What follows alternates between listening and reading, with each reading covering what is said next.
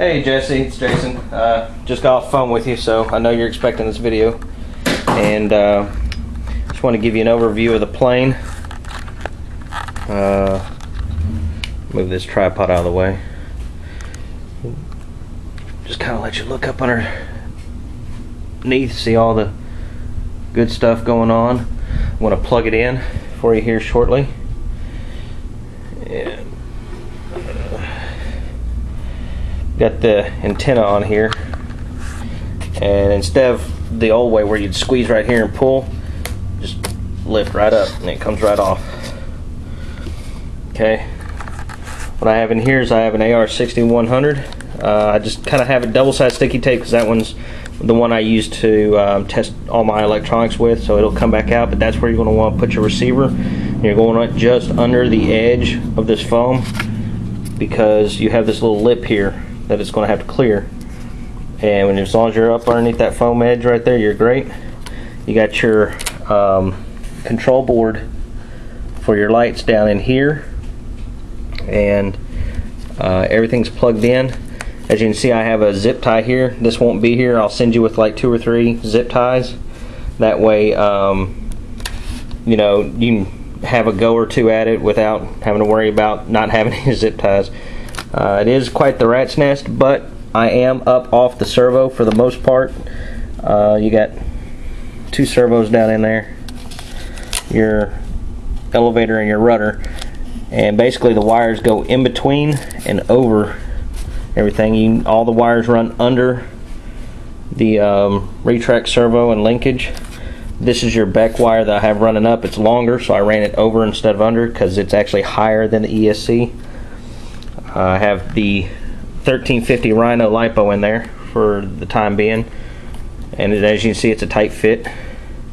So let me sit you down. I'm going to plug this up so you can see all the lights and stuff, and we'll get to the good bits. So I'll sit you there. I'm going to turn on my transmitter.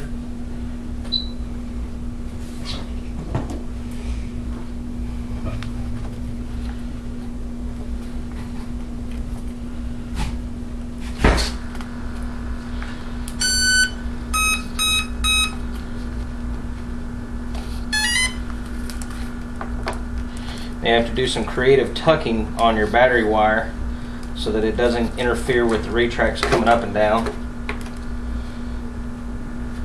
Just gonna tuck that in there. And as you can see, the lights work. I have programmed those. You will be getting a program wire card. You will have to download the program to your computer. It's a free download from rcdude.com. We got the rudder working, elevator working, ailerons, flaps. Those things dump down forever. So you can probably hear a little bit of chatter, and that's a retract servo. Or the flap servo. I mean, it's good to have a little pressure on these things that need to stay in place because they don't actually center like a normal servo would. I'll flip this around here so I can see what I'm doing. Alright, so there's your green light.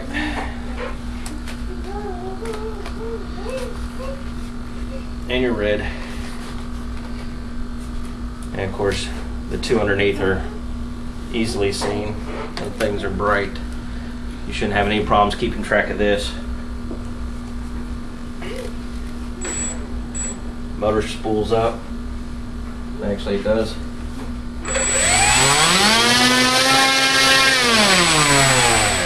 It's got good pull to it. Flip this around. That way you can see your flaps from the back side.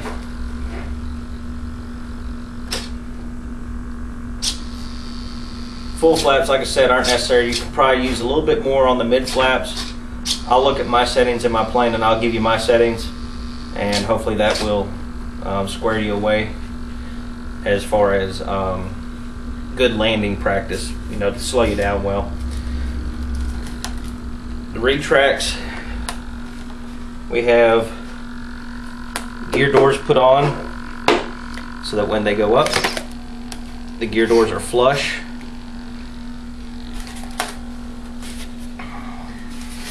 As you can see, there's nothing hanging out, over curved or anything like that. There's your hard plastic belly pan that you normally land on, so if you're stuck and you have to belly land, you can. You can see the retracts lock it in place. They will lock a lot more firmly once this wing is glued in. That's that retract moving around in there because of the torque of the servo. It's flexing the foam, and that's why it's important to glue this wing in. And you'll pull the servo out, drizzle that whole area with 30-minute epoxy all the way through here, all in the wing saddle area, and it will become permanent. So I mean, unfortunately, it's one of those all or nothing situations, but I mean, you sound like you're a good enough pilot, it's not going to be an issue. A lot of guys that do this are very confident in their piloting skills, and I'm confident that you are too. But it's just, it'll keep the foam from ripping out and everything. It's just good to glue it. But I love watching those things lock into place. The flaps. I have to say, this is my favorite one I've done yet. I like it more than I like my own. It's a lot of the mistakes I've made on mine I did not repeat on yours, thankfully, and I think it's shown a lot better product. I hope you're going to be happy with this. I hope your father's happy with this. It's should be a lot of fun for you guys. And oh, the tail wheel. This is the tail wheel here, and you can see it's made from the original mount. So it's it looks more scale instead of, let me show you mine so you can see the difference between what I've done and what I did for yours. You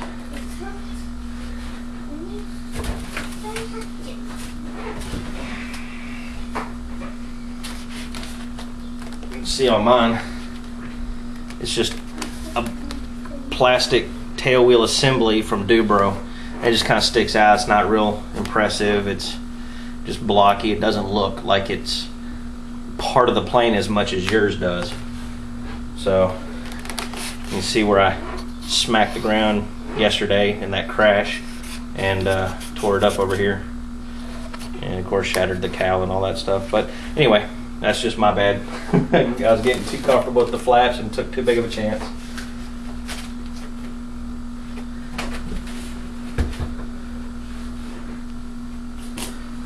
So that's pretty much it. Like I said, I hope you like it. Give you one more look on the inside.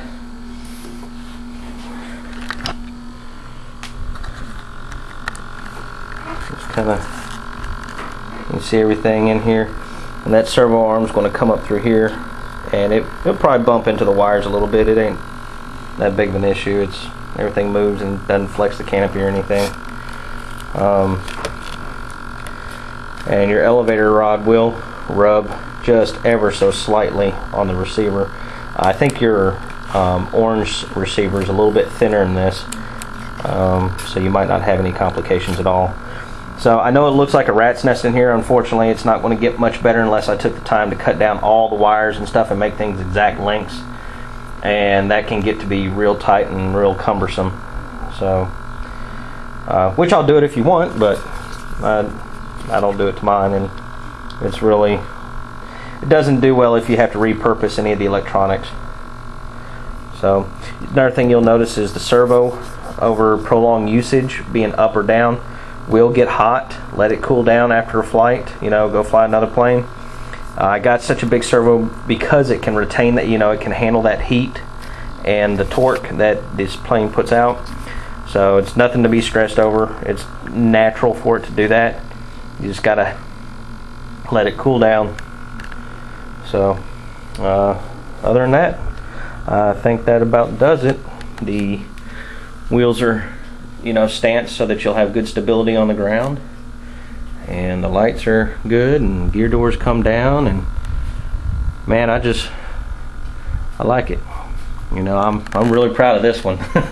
So I hope y'all like it just as much. The flaps are a wonderful thing. I'm glad you made me do it.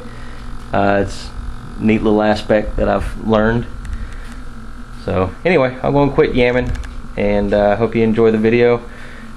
I'm going to put this in its box and hopefully have everything ready to ship out this week. Talk to you later. Bye.